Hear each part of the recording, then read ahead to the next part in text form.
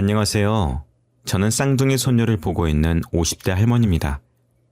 여러분들 중에 저 같은 경험이 있으실까 싶어 몇 자 적어보려고 합니다.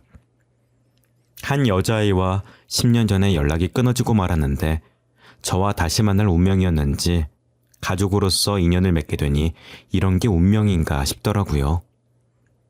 남을 돕다 보면 언젠가 복이 찾아온다는 말을 들어본 적이 있는데 동네방네 소문을 내고 싶지만 주변에 친구가 없어서 제 이야기를 여러분들이 들어주셨으면 좋겠습니다. 제게는 20대 후반을 바라보는 아들 하나가 있습니다. 귀하게 키운 외동아들이에요. 아들이 10살이 되던 해 남편을 심근경색으로 잃고 혼자서 아들을 키워왔습니다. 그때 생각하면 남편을 잃은 슬픔에 아직도 눈물이 나올 정도예요. 아들, 딸 여러 명 낳아서 행복하게 지내자던 남편이 뭐가 그리 급한지 혼자 세상을 떠났고 줄곧 혼자 아들을 키워왔습니다. 거친 세상을 아들 데리고 혼자 살려고 하니 너무 막막했습니다. 사춘기 시절 아들이 아주 잠깐 반항하긴 했지만 아비가 없어서인지 철이 빨리 들어서는 힘들어도 힘들다 말도 못하고 항상 제 생각을 먼저 해주더라고요. 그런 아들이 서울로 올라가 혼자 자취하며 대학교를 다니겠다고 하더라고요. 성적 맞춰서 들어간 대학교였는데 학점 따는 게 힘든지 군대를 빨리 지원해서 가버렸습니다. 그리고 제대하고 나서 공부에 손을 놔버리는 건 아닐까 걱정이 되기도 했는데 어째 자격증을 이것저것 따놓더니 졸업하고 공기업에 떡하니 붙더라고요. 이제 아들이 장가만 가면 더 이상 걱정은 없겠다 싶었습니다. 그런데 저한테 유일한 가족이 아들인지라 빨리 장가를 보내고 싶진 않았어요. 하지만 자식은 부모 팔자를 따라간다고 26살에 결혼을 하겠다며 여자를 집으로 데리고 오겠다고 통보하더라고요. 부모 마음 다 똑같겠지만 제 아들 심성이 여린 탓에 걱정을 많이 했습니다. 연애를 좀 더 해봐라. 배우자는 신중하게 골라야 된다며 며칠을 설득했죠. 사실 며느리를 잘못 들여서 패가 망신한 사연도 많이 듣다 보니 덜컥 겁이 났습니다. 아들은 확신에 차서는 꼭 이 여자 아니면 안 되겠다며 되려 저를 설득했죠. 결국 제가 어떤 여자인지 얼굴이나 보고 판단하기로 했습니다. 제가 피아노 학원을 운영하고 있었는데 학원은 주말에도 하기 때문에 시간을 맞추기가 어려웠어요. 그래도 서울에서 부산까지 내려온다는데 멀리서 오는 손님을 기다리게 할 수가 없어서 학원 문을 하루만 닫고 며느리 될 사람을 만나게 되었습니다. 아들이 도착했다고 하길래 주차장까지 내려가서 마중 나갔는데 아들 옆에 서 있던 여자가 눈이 휘둥그레져서는 제 얼굴을 뚫어져라 보더라고요. 그리곤 어찌나 부침성이 좋던지 저를 보자마자 달려와서 제게 안기더라고요. 뭐 이런 당돌한 아가씨가 다 있나 싶어서 살짝 떼어내고 인사를 했습니다. 그런데 저를 꼭 붙잡고 훌쩍거리는 게 우는 것 같았어요. 갑작스러운 행동에 저와 아들은 당황해서 어쩔 줄 몰라 하고 있었습니다. 자리에서 10분을 울던 아가씨는 그제서야 진정이 되었는지 저에게 웃으며 말을 걸었어요. 선생님, 저 정말 모르시겠어요? 저 어디서 본 적 없어요? 글쎄요, 우리가 어디서 봤으려나? 아, 혹시 우리 학원 학생이었나? 그런데 학생이 한둘이 아니라서 제가 기억을 못하겠네요. 미안해서 어쩌나. 선생님, 제 얼굴 한번 자세히 봐보세요. 진짜 떠오르는 얼굴 없어요? 옛날에 선생님이 저 되게 이뻐하셨었는데 저 약간 서운해지려고 해요. 잠깐만 가만 보자. 누가 생각나는 것 같긴 한데 누구더라? 어머, 혹시 너 지영이 아니니? 지영이 맞아? 10살 때 우리 학원 다니던 지영이니? 네, 맞아요. 저 그때 지영이에요. 선생님이 저 공짜로 피아노 가르쳐 주시고 그러셨잖아요. 이게 얼마만이에요. 이렇게 만날 줄은 몰랐는데 너무 신기해요. 여자의 얼굴을 살펴보니 옛날에 알던 얼굴이 살짝 남아있더라고요. 그리고 그 아이는 제가 늘 가슴 한켠에 품고 그리워하던 아이였습니다. 당시 저는 남편과 함께 서울에서 피아노 학원을 운영했었어요. 나름 위치도 좋고 제 입으로 말하긴 그렇지만 저와 남편이 잘 가르친다고 소문이 나서 저희 학원에 등록한 학생들이 많았습니다. 저희 둘 다 이름 있는 음대를 나와서 다른 학원 선생님들보다 실력이 좋다고 자부할 수가 있었어요. 원래 친구나 남편처럼 주변 사람들과 같이 일하면 무조건 싸움이 일어난다고 하는데 저와 남편은 부부 금슬이 워낙 좋았던 터라 서로를 이해하고 살아서 싸울 일이 전혀 없었습니다. 부부 금슬은 좋았지만 이번 생에 연이 짧았는지 남편은 아들이 10살이 되던 해 심근경색으로 세상을 떠나고 말았죠. 제가 한참 우울해 있을 때 저희 학원 앞에 한 여자아이가 기웃거리고 있더라고요. 사람을 차림새만 보고 판단하면 안 되지만 아이의 옷이 다 뜯어져 있고 꾀죄죄한 게 피아노를 배울 형편은 아닌 것 같았습니다. 아이가 계속 피아노 치고 있는 친구들을 보며 부러워하길래 배우고 싶어 하는 것 같아서 아이한테 안으로 들어오라고 손짓을 했습니다. 제가 갑자기 부르자 지레 겁을 먹은 것인지 아기 고양이처럼 도망을 가더라고요. 괜히 나섰다가 아이에게 겁만 준 것 같아서 너무 미안했어요. 이틀 뒤 아이는 다시 저희 학원에 나타났고 그때처럼 앞에서 기웃기웃거리고 있는 거예요. 저는 다시 한번 용기를 내서 피아노를 가르쳐 주겠다고 말했죠. 그랬더니 입구에서 망설이다가 이내 우물쭈물거리면서 들어오더라고요. 피아노 배우고 싶어서 그러고 있었냐고 하니까 고개를 끄덕거리더라고요. 저희 아들과 나이가 비슷해 보이길래 몇 살이냐고 물었는데 아들이랑 동갑인 거였습니다. 아들이랑 동갑이라고 그러니 괜시리 더 마음이 갔던 것 같아요. 부끄러워하는 아이한테 과자도 쥐어주고 피아노도 구경시켜주면서 친해진 다음에 피아노 의자에 앉혀서 하나 둘 가르치기 시작했습니다. 어떤 날은 아이가 제 얼굴, 정확히는 제 눈을 빤히 쳐다보는 거예요. 계속 쳐다보길래 얼굴에 뭐 묻었냐고 하니 고개를 좌우로 흔들더라고요. 아니요, 안 묻었어요. 그런데 선생님은 왜 입은 웃고 있는데 눈은 울고 있어요? 눈이 엄청 슬퍼 보여요. 금방이라도 눈물이 떨어질 것 같아요. 선생님은 선생님한테 아주 슬픈 일이 있어서 그래요. 선생님 신랑이 얼마 전에 하늘나라를 갔거든요. 그래서 지금 선생님 마음이 너무 아파요. 그래도 우리 지영이 걱정하지 말라고 선생님이 웃는 거예요. 선생님, 슬플 땐 울어도 된대요. 저희 엄마가 그러는데 슬플 때 안 울면 나중에 속에서 곱는데요. 굶으면 나중에 흉터가 생겨서 다 나아도 상처가 영원히 안 지워진대요.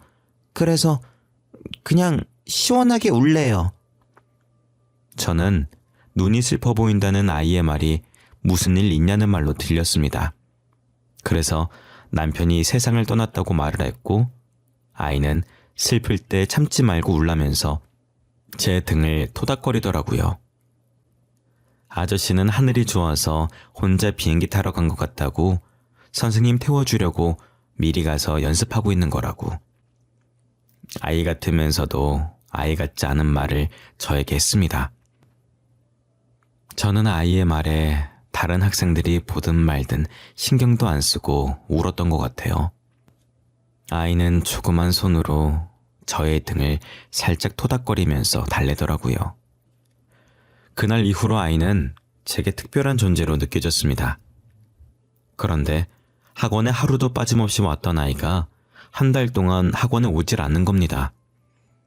혹시 아파서 안 온 건 아닐까 걱정하고 있을 때쯤 다른 학부모들의 대화를 듣고 그 아이의 행방을 알 수가 있었어요.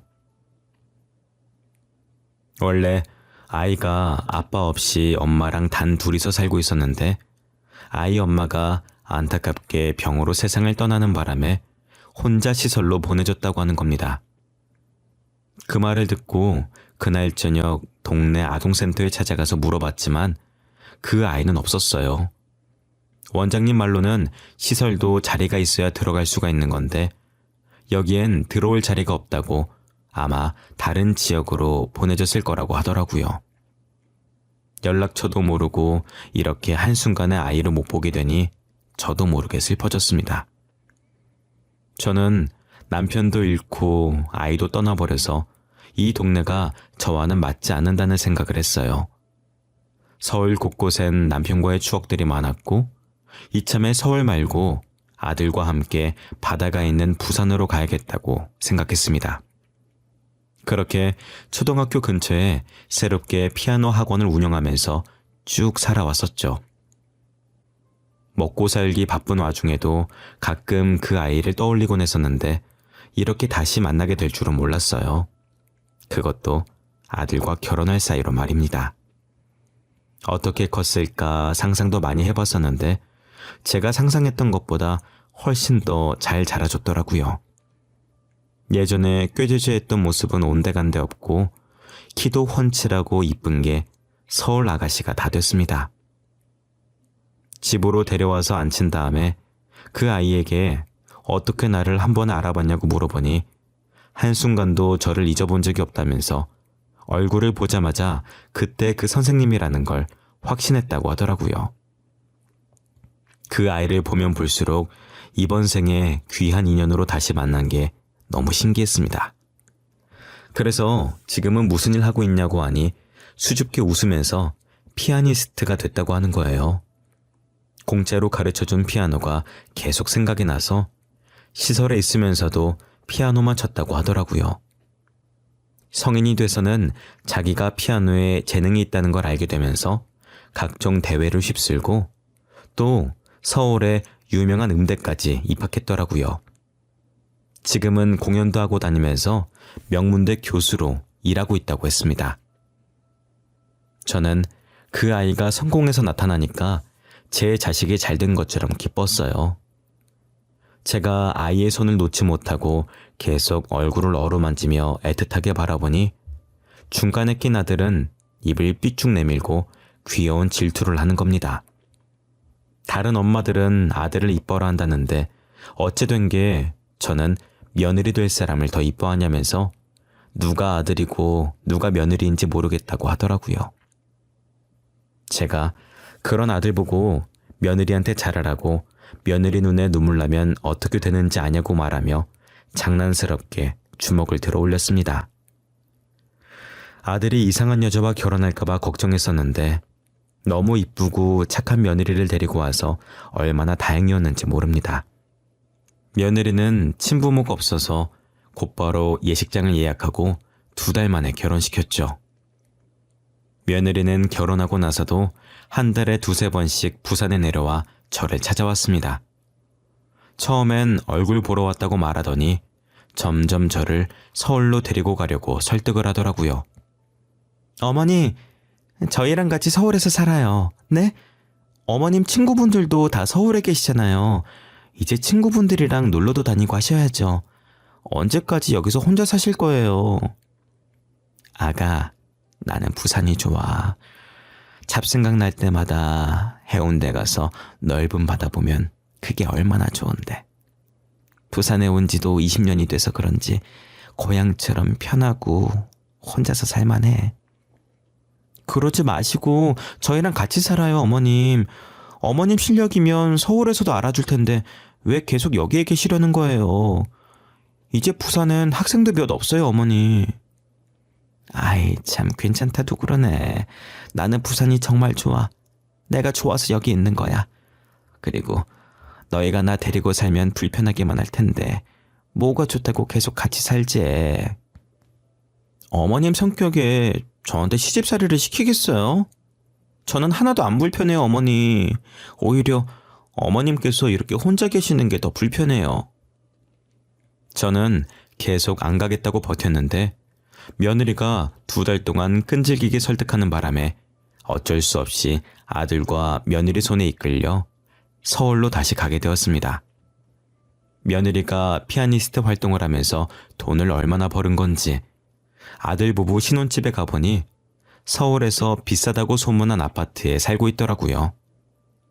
한강이 훤히 보이는 넓은 아파트에 입을 못 다물었죠.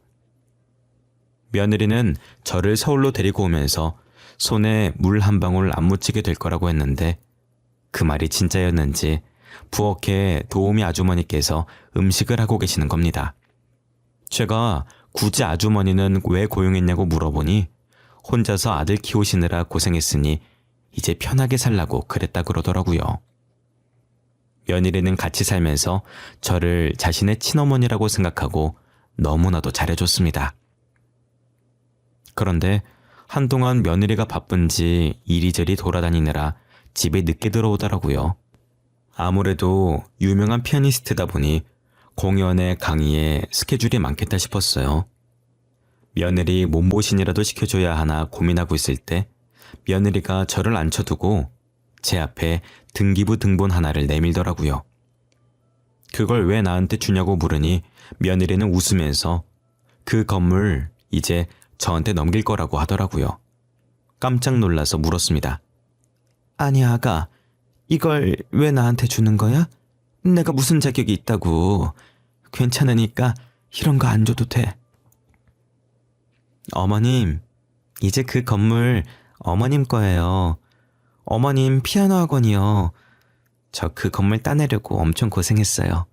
밤낮 할 것 없이 뛰어다녔다니까요. 아휴, 그러면은 너가 그동안 집에 늦게 들어오고 한 게 다 이것 때문이었어? 가뜩이다 너 공연이다 강의다 바쁠 텐데 뭐하러 없는 시간 쪼개서 이런 걸. 저 없는 시간 쪼갠 거 아니에요. 남은 시간을 유용하게 잘 활용한 거죠. 여기 위치 진짜 좋아요. 저희 집에서 5분 거리인데다 근처에 중학교, 고등학교 다 있더라니까요. 알고 보니 그동안 며느리가 집에 늦게 들어온 게 저에게 피아노 학원을 차려주려고 좋은 자리가 있는지 알아보러 다니느라 그런 거더라고요. 며느리가 계약한 건물은 집 근처에다 중학교, 고등학교 같이 있어서 입시 준비하는 아이들이 오기에 딱 알맞은 위치에 있었어요.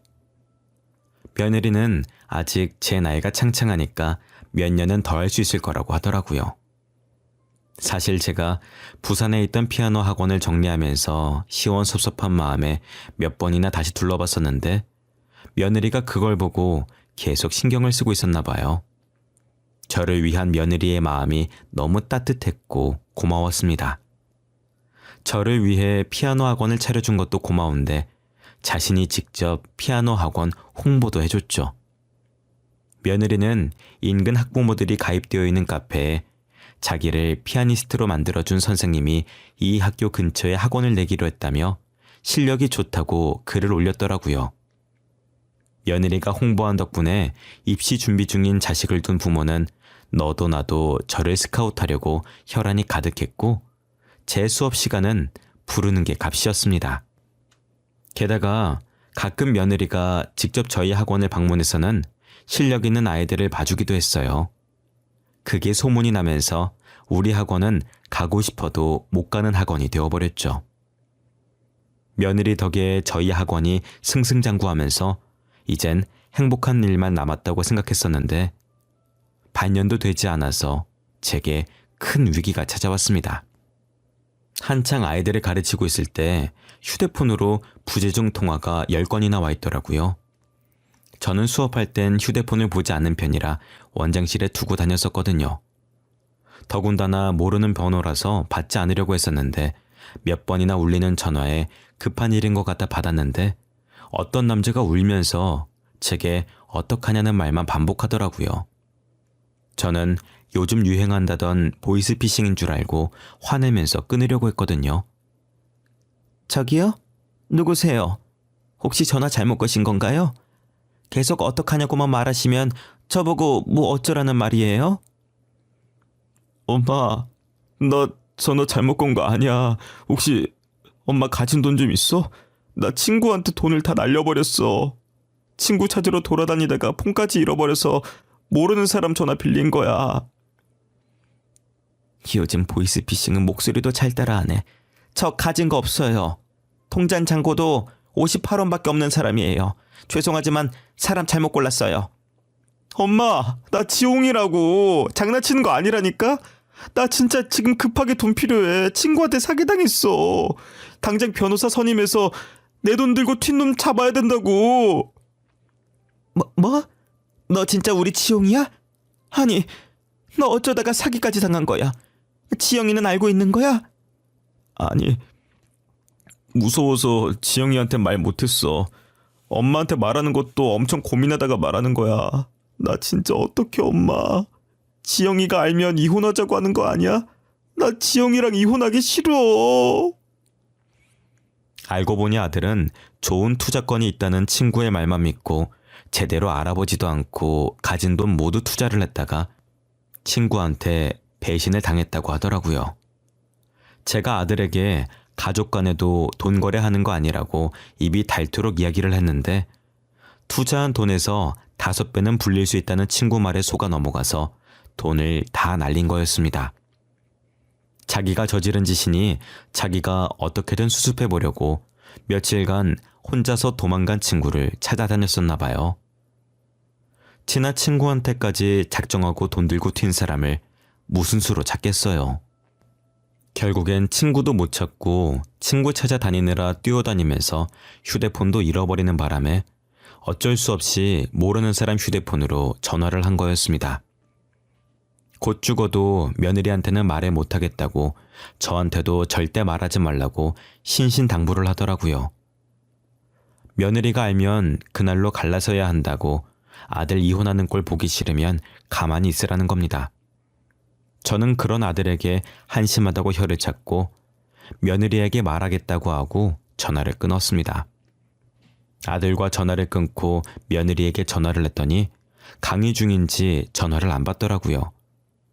그래서 간단하게 아들이 사기를 당해서 돈을 날렸고 폰도 잃어버려서 연락이 안 될 거라고 강의 끝나면 저한테 전화를 달라고 문자를 남겼습니다.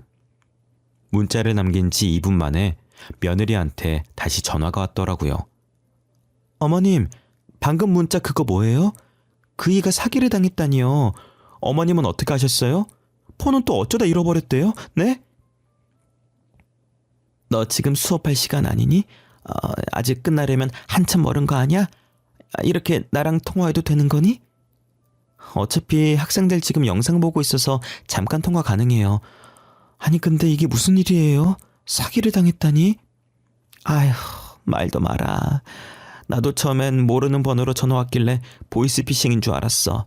너한테 말하면 이혼하자고 할까봐 무서워서 말도 못하겠다고 어찌나 울던지. 내 아들이지만 한심하다. 한심해. 아휴. 저는 며느리 수업에 방해되지 않게 빠르고 간결하게 아들에게 있었던 일을 말했습니다. 며느리는 일단 알겠다고 수업을 다시 들어가 보겠다고 하고 전화를 끊었죠. 그리고 수업을 마치고 다시 저에게 전화를 하더니 자기가 알아서 할 테니까 아무런 걱정하지 말라고 하더라고요. 아무래도 며느리가 잘 나가는 피아니스트다 보니 인맥이 좋았습니다. 유명한 사람들이 모임 모임에 자주 가서 그런지 다양한 분야의 사람들을 많이 알고 있더라고요. 어떻게 알게 된 건지 경찰도 알고 있고 심지어 검사까지 친구로 두고 있다고 하더라고요. 그리고 며느리는 누구한테 부탁 같은 거 잘 안 하는 성격인데 그놈 꼭 잡아야 한다며 지인한테 조사 좀 해달라고 부탁했다는 겁니다. 며느리는 지인들을 총동원해서 무려 한 달 만에 돈 들고 도망갔던 그놈을 잡아버렸죠. 잡힌 사기꾼은 다른 곳에서 또 크게 한탕을 뛰고 그 돈들을 전부 가지고 해외로 도주할 생각이었더라고 하더라고요. 여권을 조회하니 네덜란드로 가는 항공권을 예매했길래 그 시각에 맞춰서 공항에 경찰들을 풀었습니다. 그렇게 사기꾼을 잡았는데 조사하면서도 돈을 받은 적이 없다고 뻔뻔하게 나오더라고요. 자기야, 몇 번을 말해요. 저 돈 받은 적 없어요. 제 가방 뒤져보시든가요. 경찰이라는 사람이 이렇게 무고한 시민을 막 잡아들여도 되는 거야? 어? 이 뻔뻔한 자식. 야, 내 돈 내놔. 당장 내 돈 1억 내놓으라고. 쳤단 것도 친구라고 믿은 내가 바보지. 애들이 너 손절 쳤을 때는 다 이유가 있었던 건데 내가 내 발등을 찍었다. 아, 진짜 뭐라는 거야? 네가 언제 나한테 1억을 줬어? 증거 있어? 증거 있냐고? 나한테 돈 보냈다는 증거 있으면 어디 내놔 보시든가. 네가 분명히 나한테 통장 막혔다고 다른 사람 계좌로 돈 보내달라고 했었잖아. 이게 어디서 발뺌이야? 참나. 네가 다른 사람한테 1억 보내놓고 나한테 보냈다고 하는 거잖아. 괜히 나 사기꾼으로 만들려고 수 쓰는 거 봐라. 어? 야! 어디서 생사람을 잡아? 하필이면 아들이 다른 사람 계좌로 돈을 보내버리는 바람에 일이 쉽게 해결되지 않았습니다. 사기꾼은 계속해서 자기는 돈을 받은 적이 없다고 귀찮다는 듯이 손으로 귀를 파면서 말하더라고요. 발장 끼고 가만히 듣고 있던 며느리는 증거 가지고 오면 되는 거냐고. 그럼 자기가 증거를 가지고 올 테니까 이 사기꾼 입국 금지를 시켜달라고 하고 경찰서를 나왔습니다. 경찰서를 나오자마자 자신과 친한 변호사를 찾아갔고 아들 통장에 찍힌 이체 내역과 사기꾼과 주고받은 문자를 증거로 제출해서 고소를 진행시켰죠. 변호사 비용도 다 며느리가 대줬고 시간과 돈이 얼마가 들든 자신이 상대를 잘못 골랐다는 걸 느끼게 해줘야 된다면서 사기꾼의 코를 제대로 밟아주겠다고 이를 갈고 있더라고요. 거기다 SNS에 혹시 이 사람한테 사기를 당한 피해자가 있다면 자신이 고소 비용 다 대주겠으니 연락해달라고 글을 올렸더라고요. 며느리가 이렇게 재빠르게 행동한 덕분에 피해자들을 모아서 단체로 고소장을 올렸습니다. 다행히 남편의 문자 속에 사기꾼이 자신의 통장이 막혀서 다른 계좌로 넣어달라는 내용이 있었고 그게 증거로 정상 참작되어 사기꾼은 유죄를 선고받았습니다. 그 사기꾼은 이전에도 사기친 전과가 많아서 교도소에 한번 간 적이 있다고 하더라고요. 그런데 아직도 정신을 못 차리고 이번에도 사기를 많이 치고 다녀서 다시 교도소에 들어가게 되었습니다. 아들은 재판이 끝난 뒤 재판장을 나오면서 며느리의 눈치를 받고 저도 모자란 아들내미 때문에 눈치가 보여서 며느리 눈치 보며 아들에게 한 소리를 했죠. 너 마누라 잘 둔 줄 알아. 지영이 아니었으면 어쩔 뻔했어. 눈앞에서 사기꾼 풀어줄 뻔했잖아. 너 이제 곧 30이야. 제발 철 좀 들어. 어? 앞으로 또 사고 치지 말고. 알겠어? 나는 뭐 알면서 걔한테 돈 가져다 바친 줄 알아. 나도 걔가 사기치고 다닌 줄 몰랐어. 2년간 연락이 안 될 때도 유학 갔었다고 해서 진짜 유학 간 줄 알았지. 교도소에 있었을 줄 누가 알았겠어. 아이고 입만 살아가지고 네가 지금 뭘 잘한 게 있다고 큰 소리야? 어? 너는 지영이한테 평생 고마워하면서 살아. 내가 네 마누라였으면 뒤지게 때렸어. 어머님 그만하세요. 살면서 이런 일도 겪어보고 해야 인생이 재밌는 거 아니겠어요? 이렇게 한번 호되게 당해봤으니까 다시는 같은 실수 안 하겠죠. 안 그래 여보? 며느리는 화낼 법도 한데 화내긴커녕 오히려 이렇게 살아야 인생이 안주로한 법이라고 대신 같은 실수만 반복하지 말라면서 웃더라고요. 그런 며느리를 보면서 제 인생에 이런 귀인은 다시 없을 것 같다는 생각이 들었습니다. 당시엔 정말 며느리가 저와 아들을 지켜주려고 신이 보낸 것 같더라고요. 그렇게 저희 집에 한바탕 큰일이 지나가고 나니 더 큰일이 저희를 기다리고 있었습니다. 며느리가 못난 아들 때문에 재판을 준비하면서부터 밥을 제대로 먹질 못했어요. 처음엔 본인도 모르게 긴장을 많이 해서 그런가 보다 하더라고요. 그런데 재판이 끝나고도 제대로 먹질 못했고 조금만 먹어도 바로 토를 하더라고요. 제 자식 같은 며느리가 아프니 저도 걱정이 이만저만이 아니었습니다. 병원 좀 가라고 했는데도 며느리는 괜찮다면서 병원도 안 가고 수업을 하더라고요. 그래서 약이라도 지어 먹어보려고 유명한 한의원에 며느리를 데려갔습니다. 한의사는 며느리의 진맥을 짚어보다가 갑자기 쓰고 있던 안경을 벗더라고요.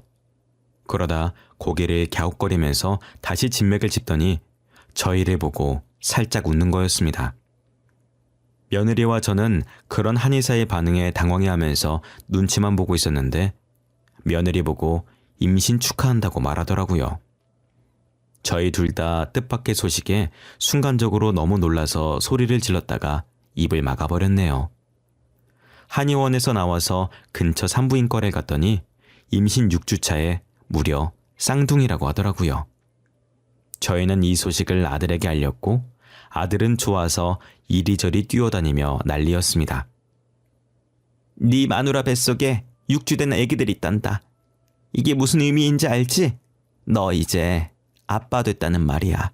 그러니까 딴 생각하지 말고 지영이 옆에만 붙어 있어. 알았어? 엄마가 그러지 않아도 평생 지영이 옆에서 안 떨어지려고 했거든? 엄마는 이제 잔소리 좀 그만해. 애들 태어나서도 나한테 잔소리 할 거야? 나도 이제 다 컸어. 다 컸다는 애가 그런 사고를 쳤어? 이제 애도 있는데 앞으로 진짜 사고 치고 다니면 안 된다. 응? 아, 또 그 얘기. 알겠어, 알겠다고. 귀에 딱 ጨ겠어 진짜. 나 엄마 아들 맞아? 지영이가 엄마 딸인 거 아니야? 이 집은 아들보다 며느리가 더 이쁨을 받는 집이야. 네가 지영이보다 잘난 게 있어야 이뻐하지. 나도 맨날 첫날 그냥 사고만 치고 다니는 아들보다 이쁜 짓만 하고 다니는 지영이가 내 딸이었으면 좋겠어 이거사. 저는 살짝 아들의 머리에 꿀밤을 놓았고 아들은 아프지도 않으면서 아픈 척 머리를 문질렀습니다. 며느리는 장난기 가득한 저희의 모습을 보며 웃고 있었고요. 며느리는 저와 아들의 극진한 보살핌을 받았고 10개월 뒤 귀하디 귀한 쌍둥이 손녀들을 안겨주었습니다. 손녀들은 며느리를 쏙 빼닮아 눈에 쌍꺼풀이 있고 웃을 때 보조개도 쏙 들어가는 게 얼마나 이쁜지 모릅니다. 딸들이라 그런지 제가 아들 키울 때와는 다르게 애교가 어찌나 많던지 애들 웃는 걸 보면 묵은 피로들이 싹 씻기는 기분이었어요. 내 애보다 남의 애가 빨리 큰다더니 손녀들이 하루가 다르게 쑥쑥 커가더라고요. 저도 어느덧 나이가 들어 학원을 접어야 하나 말아야 하나 고민을 하고 있네요. 아직은 아이들 가르치는 게 재미있어서 못해도 3년은 더 하지 않을까 싶습니다. 나이가 드는 만큼 제 손도 점점 굳어가서 더 오래는 못할 것 같아요. 여기까지가 제 사연입니다. 정말 특이한 인연이죠? 옛날에 제가 어린 며느리를 모른 척했다면 이런 귀한 인연까지 못 왔을 것 같습니다. 그 어린 게 어른인 저를 보듬어 줄 때부터 알아봤어야 했는데 하나밖에 없는 아들이 귀한 인연을 다시 이어준 것 같아서 그저 신기하기만 합니다. 손녀가 쌍둥이라 힘이 들긴 하지만 하루하루가 정말 행복합니다. 먼저 간 남편도 하늘에서 웃고 있을 것 같습니다. 여러분들도 앞으로 행복한 일만 기다리기를 바라겠습니다. 감사합니다.